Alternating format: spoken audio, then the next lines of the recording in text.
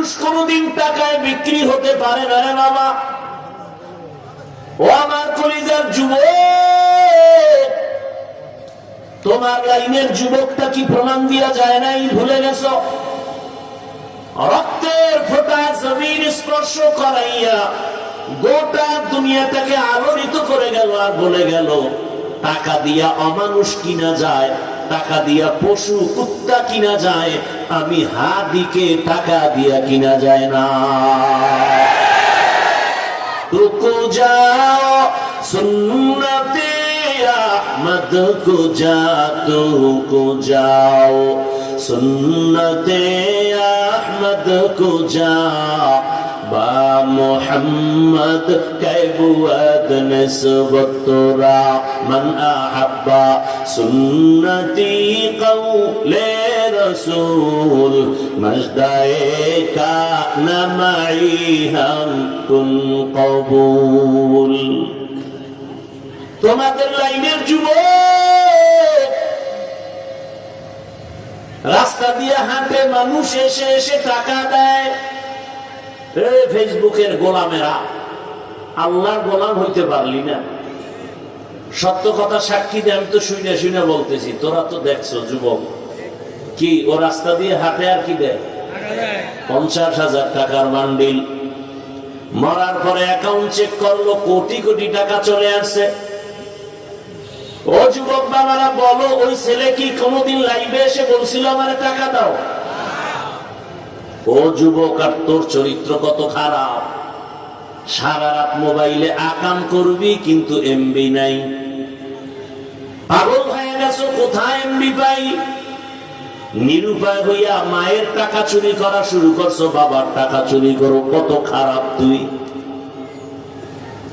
চরিত্র কত খারাপ। 40 বছর পর্যন্ত যুবকের চেহারা থাকবে আলোকিত, মায়াবী, অথচ মাত্র 25 বছর বয়স। তোর চেহারায় কেন আলো নাই? তাকাইলে মায়া লাগে না কেন? আকর্ষণ নাই কেন? রাইসুল মুফাসসিরিন আব্দুল্লাহ ইবনে আব্বাস রাদিয়াল্লাহু আনহু 1500 বছর আগে লিখে ফেলেছেন, মানুষ যদি গুনাহ করতে গিয়া সীমা লঙ্ঘন করে, নগদ শাস্তি 5টা। এক নম্বর, চেহারার নূর থাকবে না, চেহারার আলো নষ্ট হবে, মানুষ তাকাইলেও মায়া লাগবে না। এরকম রিজিকের বরকত চলে যাবে, অকাল মরণ হবে, অকাল। তুই দাড়ি কেটে যৌবনের ভাব নিলে কি হবে? আল্লাহ জাতের কসম করে বলি, লিখে রাখ, মানো আর না মানো। যুবককে বলছি, লিখে রাখ, দাড়ি কাটলে নগদ শাস্তি, যৌবন থাকবে না, নগদ শাস্তি। নগদ শাস্তি 2, চোখের পাওয়ার থাকবে না। এবার আমারটা বিশ্বাস করবি না, কারণ আমরা হুজুরেরা বোকা, বিশেষ করে আমি তো আরো বোকা, এলেম আমল কিচ্ছু নেই। বাকি আমি ঠিকানা দিয়ে যাই, কথাগুলো কই পাবি, তখন আর না বলতে পারবি না। তাহলে আসলেই তোকে নিজেকে নিজে বলবি, আসলে আমি একটা পশু। আমারটা না মানলে তুই পশু হবি না। তোদের গডফাদার প্যান্ট শার্ট টাইওয়ালা গবেষক, চিকিৎসা বিজ্ঞানীরা কি বলছে?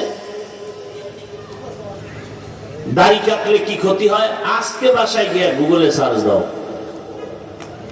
আজকে গিয়ে সার্চ দাও, নগদ কি কি শাস্তি পেয়ে যাবে। আর আল্লাহর আদালত থেকে শাস্তির কথা তো একটু আগে বলেই ফেললাম। উদ্দেশ্য কাউকে আক্রমণ নয়, কাউকে আঘাত করা নয়, বুকে লাগাতে আসছি, কাউকে আঘাত করতে আসিনি। আমি জান্নাতে যাব, ওভার 100 আমার চেষ্টা, এবং আপনাদেরকেও নিবসে পরামর্শ দিতে আসছি। আমি হুজুর বানাইতে আসি নাই, কোনো ভয় পেও না।